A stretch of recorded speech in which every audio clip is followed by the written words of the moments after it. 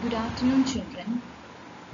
In today's offline session, we are revisiting the chapter Computer Security. So let's get started. We know that in today's world, securing or protecting our computer or any other electronic device is of very important because damage to computer hardware and software, data loss, computer fraud and theft and invasion of privacy are some of the common dangers we face while using computers. So computer security refers to the protection of computer-based hardware and software resources against unauthorized use or natural disaster.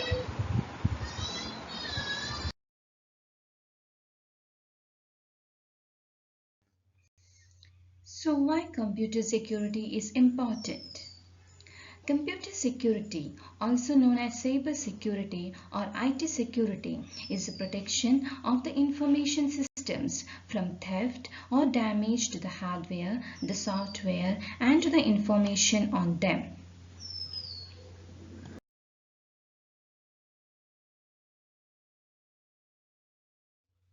Let us see what are the reasons for the security.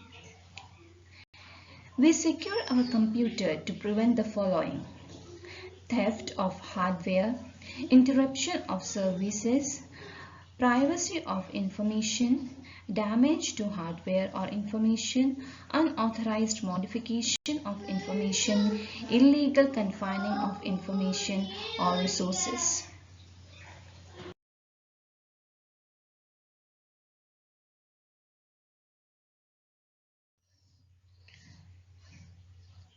Authentication. What does it mean?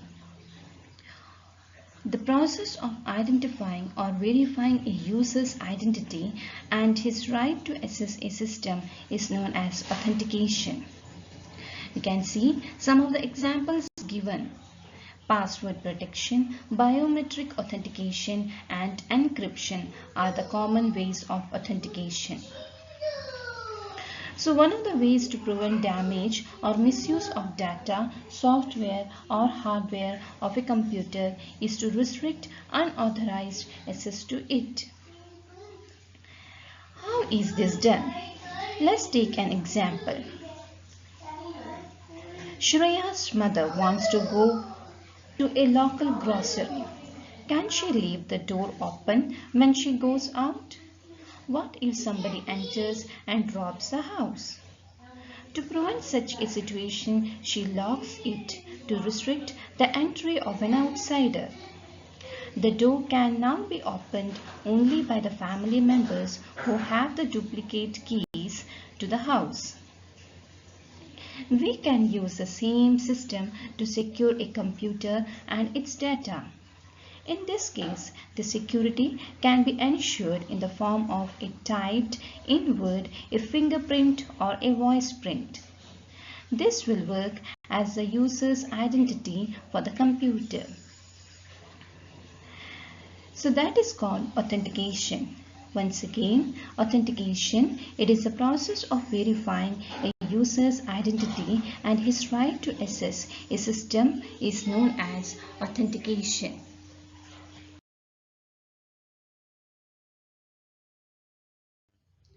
Password protection. Password protection is the most common method of authentication in computers. In this method, all authentic users of a system are given usernames and passwords. A password is usually a series of alphanumeric characters. This enables the users to use their unique combination of username and password as a key to get the access to the system. This is known as logging in. Once they have finished their work, they can exit the system by logging out. Now, let us see how to create a password or what are the rules to make a password. The first rule: do not use personal information like your last name or date of birth because it can be guessed easily. Create a password mixed with letters and different characters. Avoid repetitive letters or numbers. Try using unique phrase as your password. Always prefer password recovery option which can help in case you forget the password.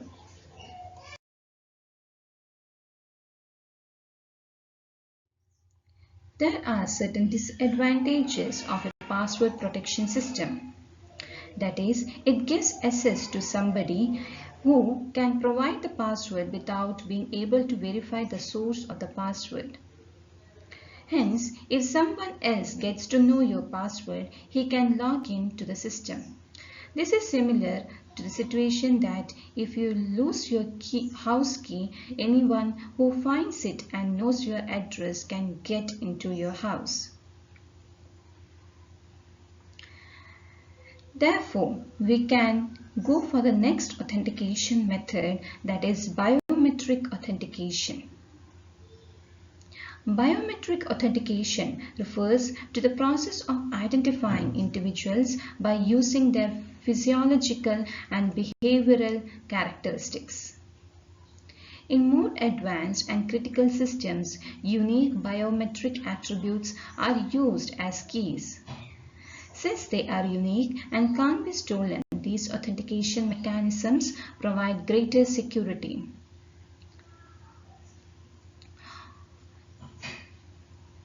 Some common authentication mechanisms you can see below. These are some of the biometric authentication examples: fingerprint recognition, voice recognition, face recognition, iris recognition. The first one is fingerprint recognition. Here, a user's fingerprint is used to identify and authenticate him. A fingerprint sensor is used to create a digital image of the fingerprint. This image is compared to the stored image of a verified fingerprint, and if it matches with it, access is granted. The second one is voice recognition.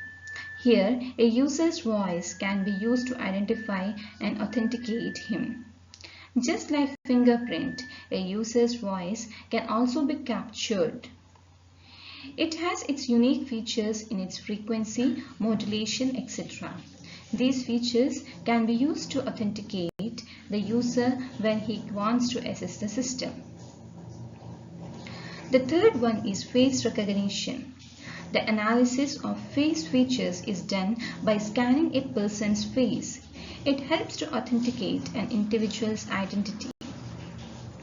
The fourth one is iris recognition. The structure of the iris is very distinctive. Iris identification is done by scanning the iris of the eye. Iris recognition is one of the best ways of authentication in high-risk situations.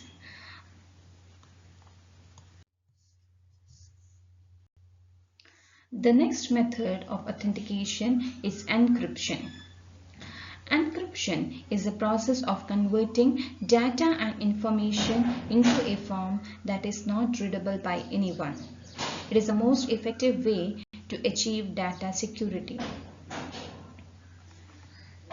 You can see here an example given.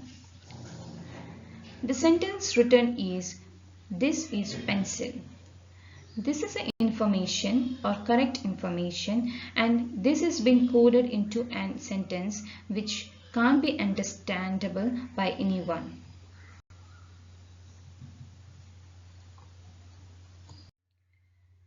Decryption is the process of converting encrypted data back into readable form. Encryption is a common technique used to protect data from misuse. Data can be encrypted when they are stored or when being transferred over a network from one computer to another. One area where encryption is widely used is internet banking. In internet banking, sensitive information like password, information about bank balances, information for transfer of funds, etc. are sent across the internet, making it vulnerable to the possibility that somebody might tap it. The data are encrypted at the point of origin and decrypted only at the destination computer. So if someone gets access to them, he will not be able to decipher them. The next important topic under computer security is removing malware. Malware, also called as malicious software, poses the biggest computer security threat today. Trojans and worms are some types of malware. These are the programs that harm your computer software and data.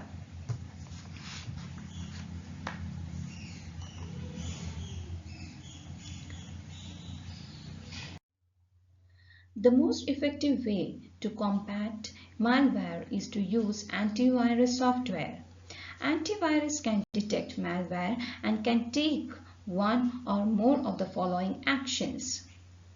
First one, removes the detected malware from the computer. Second one, separate all affected files and applications so that the infected can't spread further. Third one, attempt to repair infected files. Fourth one, inform the user of the presence of the malware and action that has been taken. Some common examples of antivirus are Norton, AVG, McAfee, Symantec, SmartDog, Avast, and Kaspersky. Same like antivirus, we have another protection method or another protection software called firewall. Firewall is a special security program that acts like a gatekeeper and prevents unauthorized access to a computer network system. A firewall inspects every data packet that arrives at the network and decides on the basis of a set of predefined rules whether to let it pass or not. The last topic in this chapter is data backup.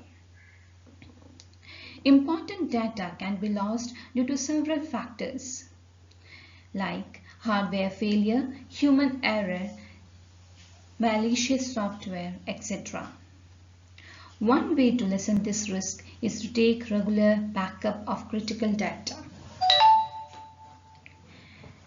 Taking a backup refers to the process of making one or more copies of the important data to fall back on it in the event of loss of the original data. A personal computer user can take a backup by simply copying important files into an external storage device like a CD, floppy disk, or pen drive. Bigger systems need more elaborate backup strategies.